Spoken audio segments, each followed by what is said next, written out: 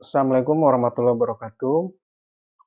Pada sesi kali ini kita akan membahas tentang manajemen penuaan, tapi pada bagian awal ini kita akan berbicara masalah definisi dasar dan konsep terlebih dahulu. Oke, mari kita mulai. Nah, ini mungkin sedikit perkenalan dari saya walaupun sudah kenal ya. Kemudian ini adalah beberapa profesional highlight ya, dari saya, kegiatan-kegiatan yang saya ikutin di 5 tahun terakhir, baik itu sebagai anggota dari sebuah asosiasi ataupun kegiatan-kegiatan seminar, workshop, dan training, baik sebagai pengajar ataupun sebagai peserta. Oke, apa sih definisi dari manajemen penuaan dan apa sebenarnya manajemen penuaan? Jadi, penuaan itu adalah proses perubahan karakteristik dari struktur, sistem, dan komponen secara berangsur-angsur seiring dengan waktu pemakaian pada kondisi normal, tentunya kondisi normal yang terantisipasi yang menyebabkan terjadinya degradasi dari material yang menyusun komponen tersebut. Jadi penuaan bukan berarti alat yang sudah tua. Kalau memang dimanage secara baik pada saat kita melakukan, maka umur pakai ekonomisnya masih kita bisa pertahankan. Kemudian manajemen penuaan. Nah, manajemen penuaan adalah rekayasa, operasi, dan perawatan untuk mengendalikan agar efek penuaan pada struktur, sistem, dan komponen yang terjadi masih dalam batas yang dapat diterima. Nah, inilah yang kita lakukan. Jadi kita melakukan rekayasa dengan melakukan peningkatan kemampuan, dengan melakukan operasi, dengan BKO, dengan persyaratan operasi yang kita ikutin, kemudian juga perawatan. Tentunya selain manajemen penuaan, juga kita harus melakukan manajemen di dalam hal perawatan. Kemudian program manajemen penuaan ini upaya sistematis ya, dan memadai untuk mengelola efek penuaan terhadap SSK kritis. Nah, SSK kritis ini adalah struktur, sistem, dan komponen yang penting untuk keselamatan.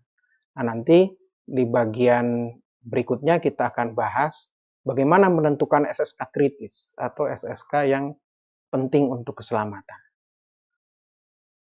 Nah, tujuannya apa sih program manajemen penuaan? Nah, yang pertama adalah menjamin keselamatan operasi instalasi yang di dalamnya tentu saja ada pekerja, masyarakat, dan lingkungan. Kemudian yang berikutnya adalah menjaga dan meningkatkan kemampuan operasi instalasi. Dalam hal ini adalah availability dan reliability. Nah, ini perlu dijaga. Oleh karena itu, program manajemen penuaan harus kita lakukan. Kemudian memperpanjang penggunaan aset fisik. Nah, ini kalau memang di-manage efek degradasi akibat penuaan, maka kita bisa lebih lama memanfaatkan aset fisik yang kita miliki. Kemudian yang berikutnya adalah menjaga dan meningkatkan daya guna aset non-fisik. Jadi, program manajemen penuaan itu bukan hanya terkait dengan aset fisik seperti peralatan, komponen, tapi juga aset non-fisik, ya, pengetahuan misalnya. Nah, kita di sini punya yang namanya NKM, ya, Nuclear Knowledge Management. Itu salah satu bagian juga dari bagaimana kita memanage pengetahuan ya, antara senior dengan junior, kemudian bagaimana agar pengetahuan-pengetahuan tadi tidak hilang.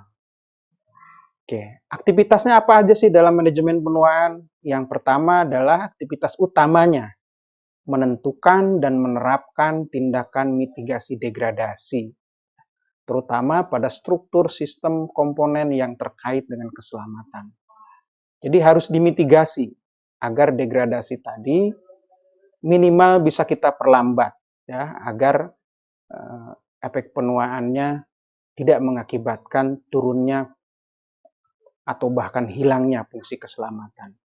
Yang berikutnya, manajemen penuaan itu membutuhkan metodologi untuk mendeteksi dan mengevaluasi kelemahan yang dihasilkan oleh kondisi operasi dan menindaklanjutinya untuk mencegah dan memitigasi kelemahan tadi. Nah, metodologi inilah yang kita definisikan di dalam program manajemen penuaan. Kemudian untuk aktivitasnya, manajemen penuaan maka perlu dibuat dan ditetapkan oleh penanggung jawab instalasi ya, yang diimplementasikan secara konsisten selama hidup instalasi. Kemudian acuan yang kita pakai dalam melakukan manajemen penuaan sebenarnya banyak ya. Di setiap tahapan dari mulai desain, kemudian konstruksi, operasi sampai dekomisioning, tapi yang saya tampilkan di sini hanya beberapa aja. Yang pertama adalah safety guide ya dari IAEA tentang aging management for nuclear power plant. Loh, kok pakai nuclear power plant? Memang untuk INNR ini baru disiapkan kemarin tahun 2015 di bulan November saya mengikuti technical meeting ini dalam rangka menyiapkan acuan ya, paling tidak technical dokumen dari IAEA yang terkait dengan manajemen penuaan untuk nuclear fuel cycle facility. Nah, termasuk fasilitas-fasilitas yang ada di PT BBN. Kemudian acuan berikutnya adalah tentu saja peraturan Bapeten ya nomor 7 tahun 2012 tentang manajemen penuaan INNR. Selain itu juga ada acuan yang cukup baik bisa kita jadikan bahan untuk belajar terkait dengan manajemen penuaan, yaitu yang dikeluarkan oleh HSE tentang Managing Aging Plan. Nah, ini juga bisa kita pakai. Nah, selanjutnya, efek penuaan itu menyebabkan apa sih? Nah, efek penuaan tentunya menyebabkan degradasi dari fungsi, ya, karena materialnya berubah karakteristiknya, material yang membangun sebuah struktur, membangun sebuah sistem, membangun sebuah komponen, karena terjadi perubahan maka degradasi fungsinya akan menurun. Nah, degradasi fungsi keselamatan ini akan menurunkan keandalan dan keamanan dari operasi instalasi nuklir. Nah, oleh karena itu, maka penuaan itu harus dipertimbangkan mulai dari tahapan desain. Ya, nah, kalau kita lihat mulai dari tahapan desain, kemudian pembangunan, pengoperasian dari sebuah instalasi sampai dekomisioning.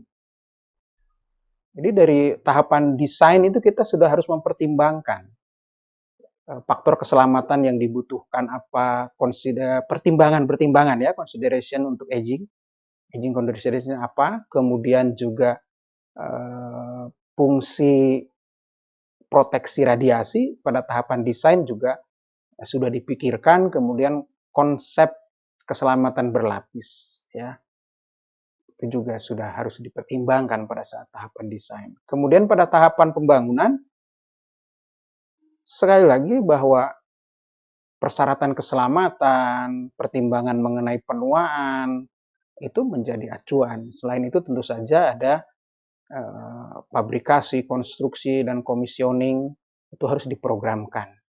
Pabrikasi bagi yang menyiapkan peralatan-peralatan yang nanti akan ditempatkan di laboratorium ya, dan juga program komisioning, program konstruksi nanti, sama program pabrikasi tentunya untuk peralatan-peralatan.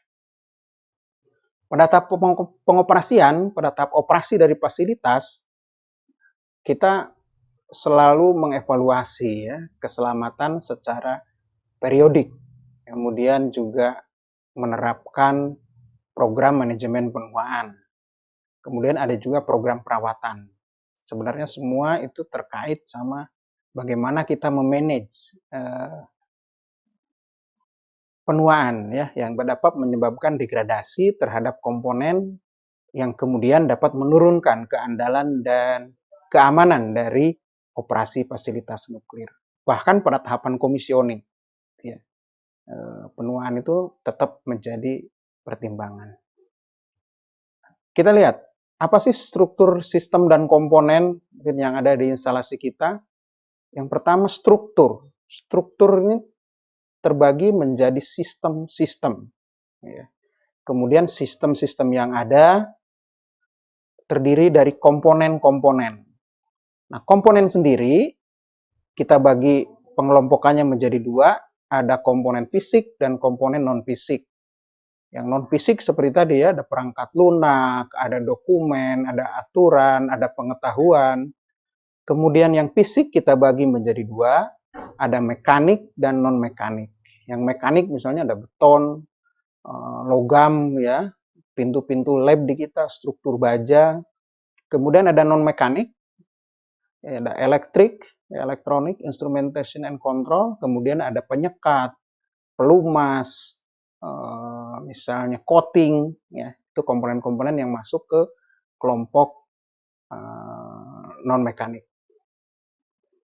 Selanjutnya, ruang lingkup atau lingkup dari manajemen penuaan itu apa aja?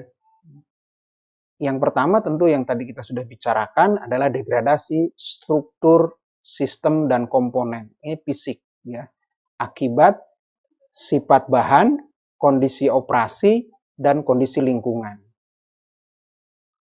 Yang berikutnya adalah, nah ini juga harus menjadi perhatian karena teknologi berkembang sangat cepat. Adalah obsolescence dari spare part, ya, usang, ya. Mungkin discontinue dari pabrikan, sudah tidak diproduksi lagi, baik berupa perangkat lunak, teknologi, code dan standar yang harus terus di manage, kita update terus agar hasil dari operasi fasilitasnya bisa memenuhi yang diinginkan atau memenuhi persyaratan, terutama dari sisi keselamatan. Kemudian yang berikutnya adalah permasalahan organisasi. Nah, ini termasuk di dalamnya tadi manajemen pengetahuan, usia personil, revisi dokumen. Kita sedang aktif melakukan coaching, terutama diprioritaskan bagi teman-teman yang akan pensiun, sehingga masalah pengetahuannya bisa ditransfer ke yang junior. Kemudian mengelola penuaan dari struktur sistem dan komponen. Kalau kita bagi, komponen itu, SSK itu kita bagi menjadi dua, aktif dan pasif. Yang pertama SSK aktif. Ini umumnya membutuhkan beberapa kali perawatan selama umur pemakaian atau umur layanan.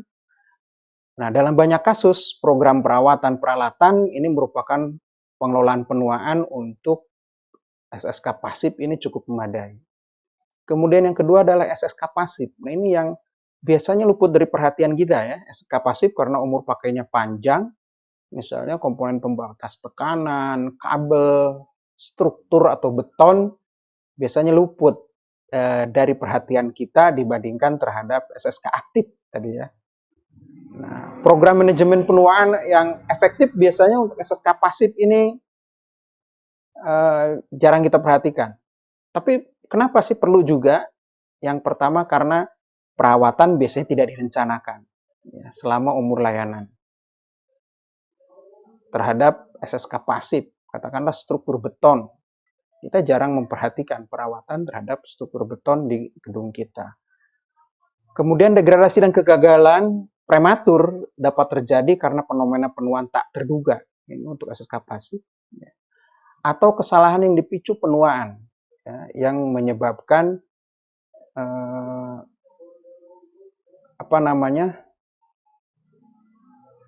degradasinya fungsi dari SSK pasif tadi.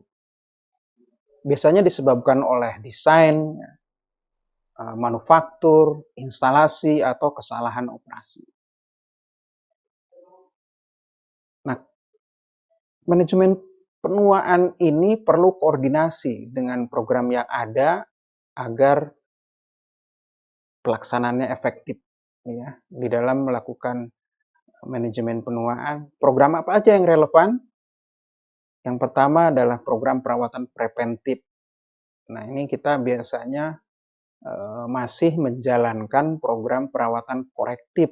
Nah ini karena memang untuk preventif ini butuh dana lebih dibandingkan sama perawatan korektif. Walaupun demikian sebenarnya perawatan korektif ada kerugiannya karena selama dilakukan perawatan artinya operasi instalasi harus terhenti, belum lagi kita belum menyiapkan spare part yang diperlukan untuk perawatan itu.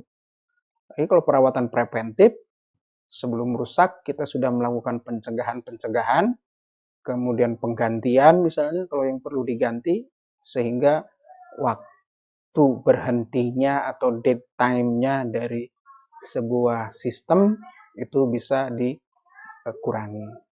Kemudian program pengumpulan data dan rekaman. Nah, ini pengumpulan data dan rekaman dari peralatan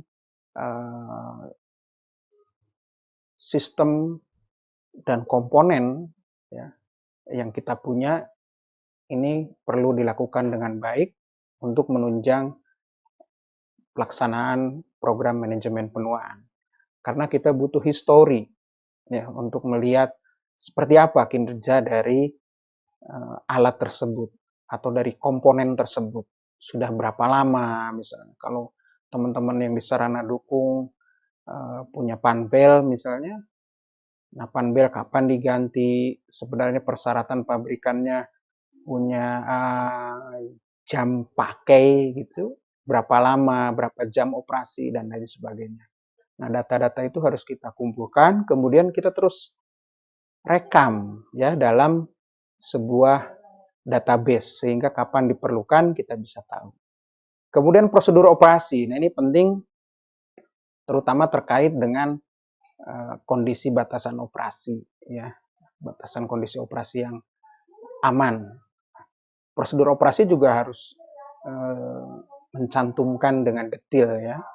Kemudian apabila ada operasi yang mendekati limit, itu juga perlu dicatat ya dalam logbook, karena misalnya terlalu sering sebuah sistem itu dioperasikan mendekati batas atasnya, tentu saja ini juga akan mempercepat degradasi dari sistem tersebut.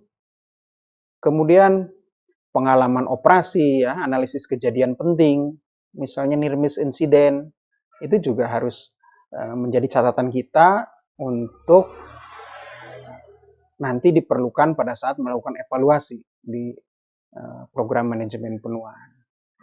Dan tentunya ada program research and development, ya, itu menjadi bahan juga dalam manajemen penuaan. Kemudian program manajemen suku cadang, nah ini di dalam Perkabupeten manajemen suku cadang ini jadi satu sama program perawatan. Ya. Yang kemudian adalah ini mungkin penting sebenarnya kita punya software-software yang mendukung ya seperti RCM, ya, Reliability Center Maintenance, atau kita memahami PSA ya, Probability Safety Assessment. Nah ini biasanya kita perlu untuk melakukan evaluasi ya dari pelaksanaan program manajemen penuaan terhadap SSK kritis, SSK yang penting untuk keselamatan. Nah, mungkin itu aja pada sesi kali ini. Nanti kita akan lanjutkan di sesi berikutnya mengenai tahapan penapisan dari struktur, sistem, dan komponen. Oke, silakan kalau ada pertanyaan yang akan diajukan atau kita perlu melakukan diskusi. Ya. Oke, sampai ketemu di sesi berikutnya. Assalamualaikum warahmatullahi wabarakatuh.